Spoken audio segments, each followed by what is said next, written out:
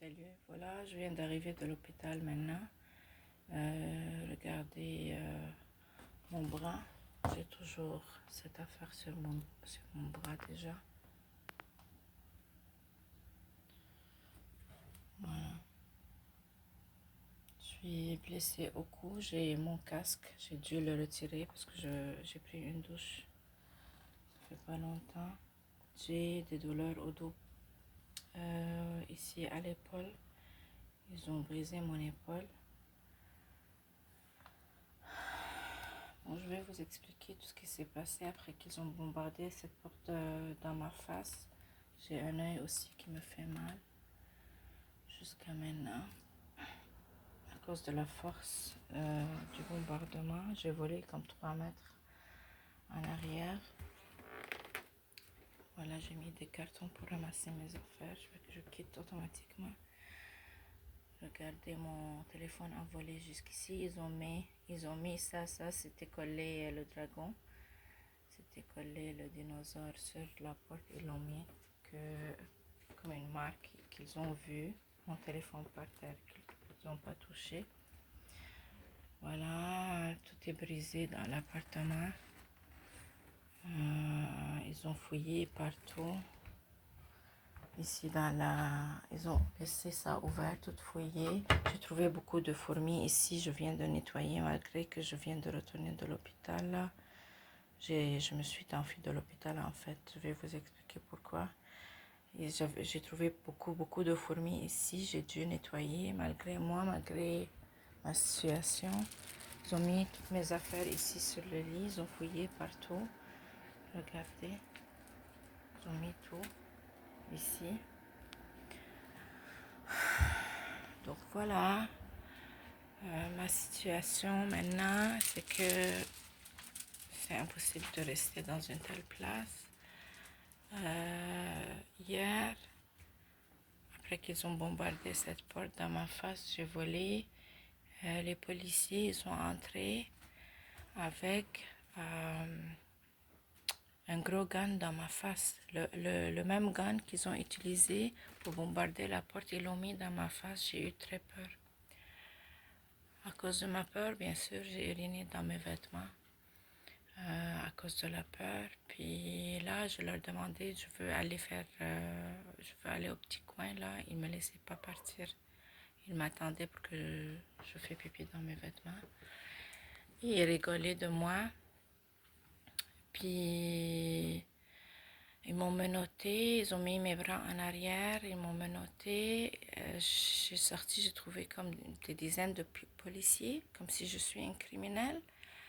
Je sais pas qu'est-ce que j'ai commis, j'ai rien commis. Moi, je suis correcte avec tout le monde, je suis une bonne maman.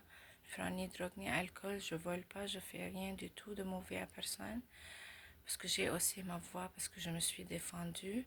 Devant eux, ils étaient fâchés. J'ai dit à tout le monde, n'entrez pas dans ma maison. Ils n'étaient pas heureux que j'ai pas ouvert la porte. Ils ont amené le propriétaire pour ouvrir la porte.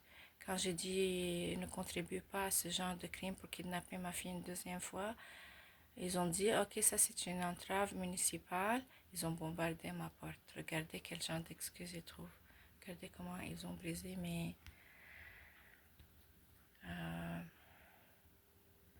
ongles. Donc, moi, je trouve que c'est un système très ridicule et dangereux là où on vit actuellement. Ils m'ont menotté, ils m'ont jeté dans leur auto de policier. Il y avait comme 6 autos de policiers. Je comprends pas pourquoi tout ce budget-là pour venir briser ma porte et entrer par force comme ça. J'ai dit je vais ouvrir la porte quand l'oncle de ma fille va arriver pour la prendre. Ils n'ont pas accepté d'attendre. Ils m'ont fait attendre 1 an pour retourner ma fille. Après qu'ils l'ont kidnappée la première fois, ils n'ont pas pu attendre 1 heure extra. Ils peuvent payer des 6-7 autos de policiers pour venir ici. Ils peuvent payer 1000 employés pour venir ici, me menotter et me draguer par terre. Mais ils ne peuvent pas attendre 1 heure extra. Donc là, j'étais mis dans leur auto. Là, j'ai commencé. Je voulais de l'eau. Je demandais de l'eau. Personne ne me donnait de l'eau. J'avais tellement peur, bien sûr, avec ma situation. Et mes bras derrière moi me faisaient mal. Ils ont dit, OK, arrête de dire n'importe quoi. À chaque fois que je demande quelque chose, de leur demander à un médecin parce que je sentais comme si je fais une crise cardiaque. Puis elle rigolait de moi, elle m'écoutait pas. J'ai demandé à un médecin, j'ai demandé une ambulance. C'est comme si je parlais pas. Ils me disaient de se taire, puis ils m'ont dit, ben, ils ont conduit, ils ont dit, OK, je dois me présenter à la cour. Ils ont préparé un rapport, bien sûr, plein de mensonges aussi. Puis là, ils ont commencé à conduire. Moi, j'étais comme moitié inconsciente. En mi-chemin, il y avait beaucoup de nids de poules. Comme mon cou bougeait comme ça, à droite et gauche quand j'étais inconsciente, j'ai perdu connaissance. Mon cou, il était brisé, ça me fait trop mal maintenant. Je vais mettre le, le casque qu'ils m'ont mis pour mon cou maintenant parce que j'ai pris une douche là, je vais le remettre. J'étais blessée ici à l'épaule, je sais pas, c'est comme une déchirure musculaire. J'étais injectée hier avec des seringues ici dans mon épaule. Tout mon dos, ça me fait mal. J'étais blessée ici quand ils m'ont draguée par terre. J'étais blessée au genou, je saignais trop. Et c'est ça. Quand on est arrivé à l'hôpital, j'ai dit, je me suis réveillée, j'ai dit, on est où exactement? Ben, je pouvais pas parler. Je dis où? À peine je disais des petits mots, mais je pouvais pas sortir des mots de ma bouche. Puis elles ont dit qu'on est à l'hôpital mental à Douglas. J'ai dit non, pas Douglas, je veux Verdun. Prenez-moi à Verdun. J'ai dit plusieurs fois quand j'étais en train de faire le nervous breakdown, une crise nerveuse avec symptômes de crise cardiaque, incapacité à parler. Elle rigolait de moi, elle me disait tout le temps, les policières, arrête de faire l'actrice, tu n'as pas le choix, tu vas venir ici dans cet hôpital. Là-bas, si on va t'amener là-bas, tu vas pas pouvoir sortir rapidement. Mais ici, à l'hôpital Douglas, tu vas pouvoir sortir rapidement. Et en fait, c'est le contraire. Donc, ils font du brainwash au monde, ils jouent sur notre tête, sur notre psychique, et puis c'est comme ils sont en train de me convaincre comme quoi ça c'est l'hôpital qui est bon pour moi. Moi, j'ai pas besoin d'un hôpital psychiatrique. Ça fait plusieurs fois qu'ils ont essayé de m'emmener à l'hôpital psychiatrique, de me draguer là-bas. Là, ils ont utilisé la force pour le faire. Puis, je me demandais pourquoi moi, je cause pas du mal à personne. Je comprends pas pourquoi ils continuent à me causer du mal comme ça. Donc là, je pouvais pas sortir de l'auto pour continuer l'histoire. Elles m'ont draguée, elles m'ont fait sortir de l'auto par force en me disant vas-y, marche. Et là, mais mon corps m'a lâché totalement, pour vous dire la vérité. Moi, j'ai 43 ans. 43 ans, il y a beaucoup de crises cardiaques, beaucoup de diabète, AVC, beaucoup de problèmes de santé à cet âge. Là, eux autres, ils contribuent à faire ça à nous rendre malades. J'ai dit non, je ne peux pas marcher. Ils m'ont pas cru. Ils m'ont pris par mes bras qui sont en arrière. Ça fait trop mal à me noter. Ils m'ont fait sortir et là, je suis tombée par terre. Je suis tombée par terre. Ils m'ont dit, come on, lève-toi, arrête de faire l'actrice. J'étais endormie totalement par terre, couchée. Puis elles ont dit, OK, t'as pas le choix. Je disais, Verdun, prenez-moi dans un hôpital où là, il y a des médecins qui peuvent prendre soin de moi. Donc là, l'hôpital psychiatrique, ils n'ont pas les compétences et les qualifications pour prendre soin des crises. Donc là, ben, crise nerveuse peut-être, mais là, à ce point, j'étais pas en crise. Je voulais juste ma crise cardiaque fixée, mon cou, mon dos, mon épaule déchirée, là. Ils m'ont, ils m'ont retiré de mes bras, ils m'ont soulevé de mes bras en arrière. Ils ont brisé cette épaule. Mon cou a affecté mon dos. J'ai des douleurs jusqu'au bas du dos là. À chaque fois que je m'assois, je me lève, à peine je peux le faire. Ils m'ont glissé jusqu'au chariot. Ils ont demandé à quelqu'un d'emmener un chariot. Et là, ils m'ont jeté sur le chariot. Ma tête était en arrière. Je ne pouvais pas marcher. Ils ont fait bouger le chariot. Mes pieds dragués me suivaient. Sous les roues du chariot, pas un chariot, même une chaise roulante. C'est pas un vrai chariot, c'est une chaise roulante en fait. Puis ils m'ont fait entrer à l'hôpital. J'ai perdu mes souliers à cause que mes pieds traînaient par terre. Je sais pas, ils sont où mes souliers. Je suis retournée avec les pieds nus en sortant de l'hôpital. Même mes affaires, toutes mes affaires en or ici, mon collier avec des pendentifs chers, du diamant avec des boucles d'oreilles, ici. Euh, ben, c'est à l'hôpital, je l'ai laissé derrière moi parce que moi, un tel système-là, non, c'est un grand non. Donc là, elles m'ont fait entrer par force. J'avais les pieds nus par terre. Elle a pris, porté mes pieds en haut dans l'air.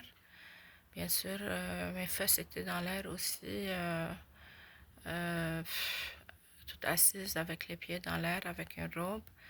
Il n'y a pas de respect. Ils m'ont fait entrer comme une vraie, comme si j'ai perdu ma tête, ou bien, vous voyez, j'ai perdu ma connaissance. Et je disais, j'ai des symptômes de crise cardiaque. Ils savent où ils devront m'emmener. Pas dans un hôpital psychiatrique. Je sais pas comment des policiers, ils ont de telles compétences. Ils savent pas où emmener le monde. En tout cas, ils m'ont laissé là-bas. Je crois qu'ils m'ont filmé en train de pleurer. J'ai pleuré de toute ma force. J'ai pleuré très fort parce que j'avais marre de ce qu'ils sont en train de faire de moi, de mon angoisse et de toute ma peine. J'ai pleuré très fort. Et bien sûr, elle continue à rigoler de moi. Là-bas, j'ai pleuré peut-être pour des heures, je sais pas.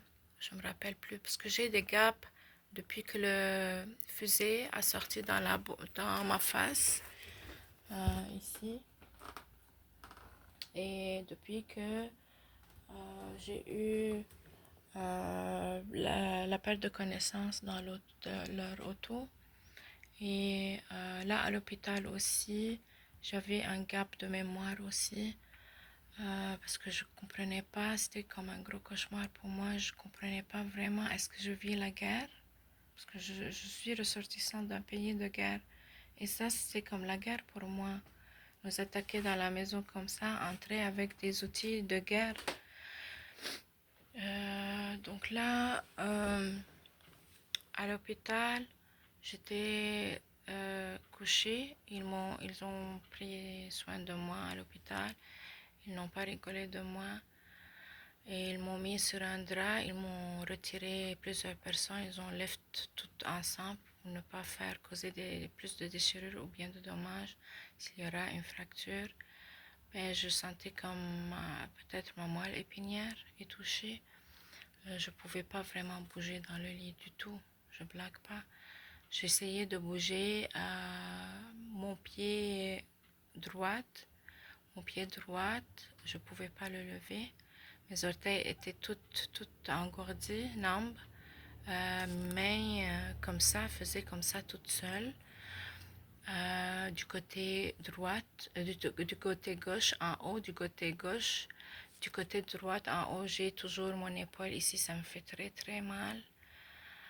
Puis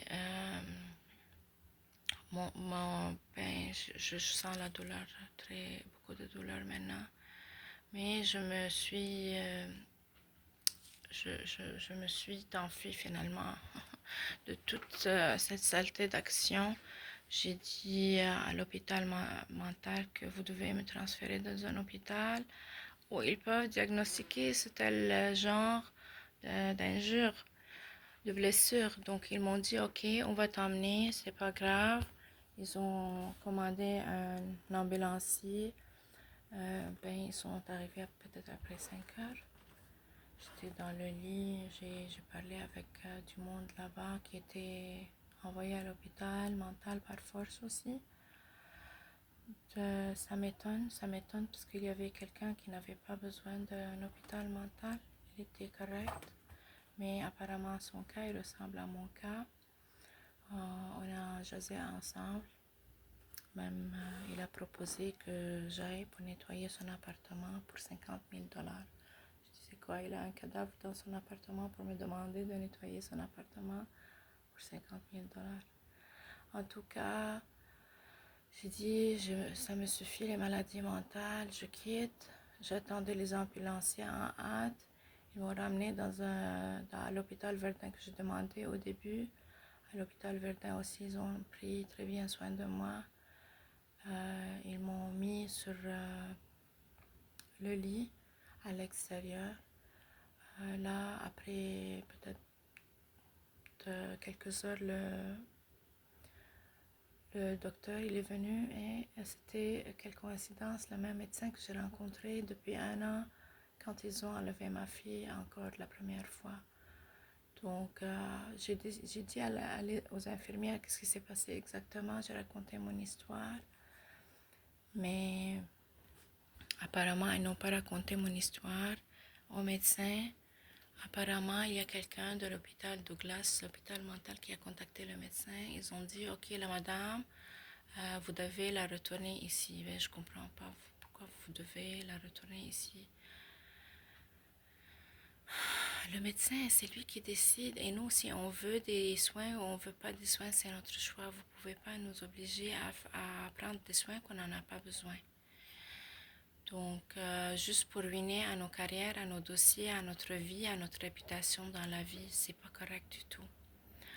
Donc là, j'ai expliqué au médecin, il m'a dit, ok, tu peux parler si tu veux avec un avocat demain quand tu sors. J'ai dit, ok, bon, je sors. Le matin, là, j'étais toujours en mes vêtements parce que je ne pouvais pas changer mes vêtements.